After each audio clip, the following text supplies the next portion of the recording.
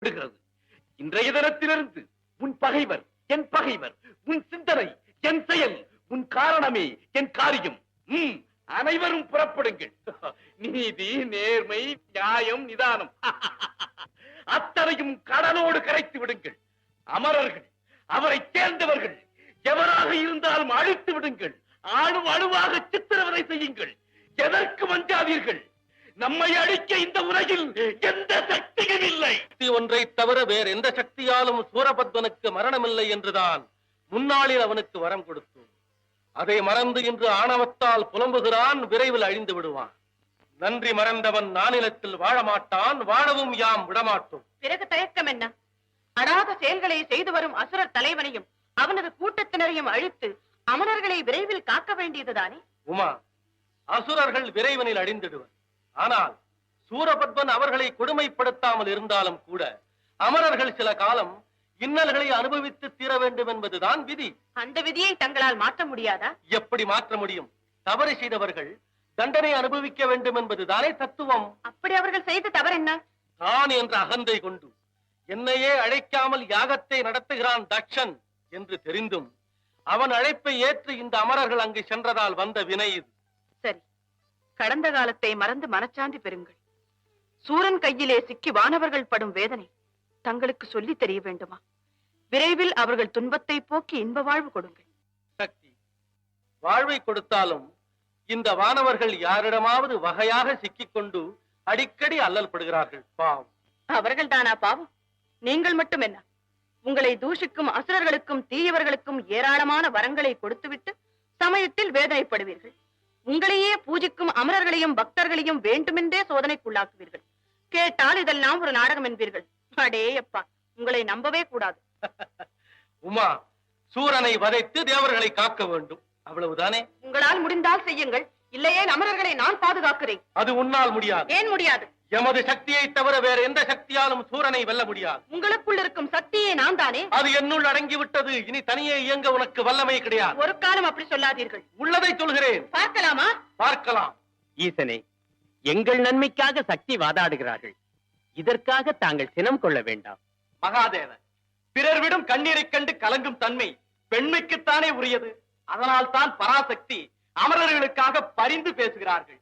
இதற்காக நீங்கள் ஆத்திரப்பட வேண்டாம். ஒருவரும் அஞ்ச வேண்டாம். எங்களுக்குள் சண்டை என்று ஒன்று நடந்தால்தான் சகலருக்கும் வழி பிறக்கும். உமா, சாந்தமடை.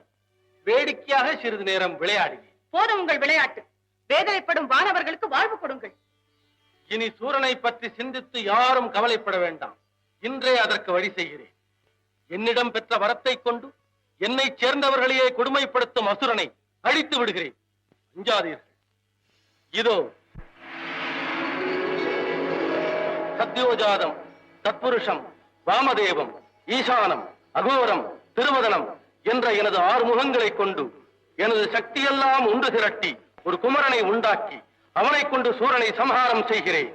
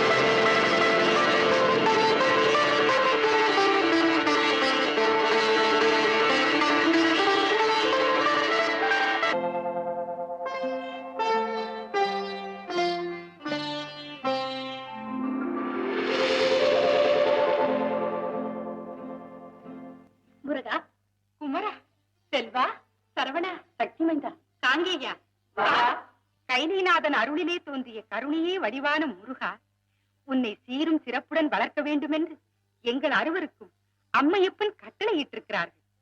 வா. யார் நீங்கள்? எங்கள் அறுவரையும் கார்த்திகை பெண்கள் என்று அழைப்பார்கள். அமர உலகிலேயே தனிப்பெரும் தெய்வமாக நீ விளங்க வேண்டும் என்று எண்ணித்தான் உன்னை வளர்க்கும் பொறுப்பை எங்களிடம் ஒப்படைத்திருக்கிறார்கள். நான் ஒருவனாக இருக்கிறேன், நீங்கள் 6 பேர் இருக்கிறீர்கள். நான் யாரிடம் வளர்வது? யாரிடம் வளர வேண்டும் என்று நீ நினைக்கிறாயோ அவர்களிடமே வளரு. ஆனால் உன்னை காக்கும் பொறுப்பு எங்கள் அறுவரையும் சேர்ந்தது. வா. அப்படியா? வா வரமாட்டேன். முருகா வா. ம்ஹும். ஏன் தயக்கம்? வா.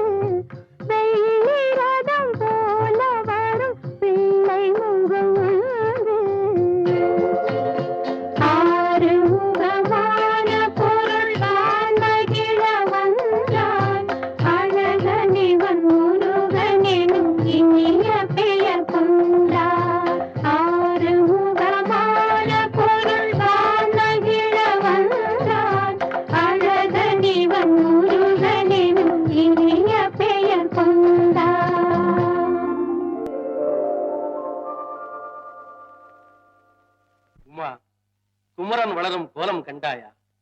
உலகத்தவருக்கெல்லாம் வருங்காலத்தில் பெரும் பெரும் தத்துவங்களை எடுத்து உபதேசிக்கப் போகிறவன் இன்று பிள்ளை விளையாட்டு விளையாடி வேடிக்கை காட்டும் காட்சியை பார்த்தாயா? முத்தமிழுக்கும் தலைவனாகி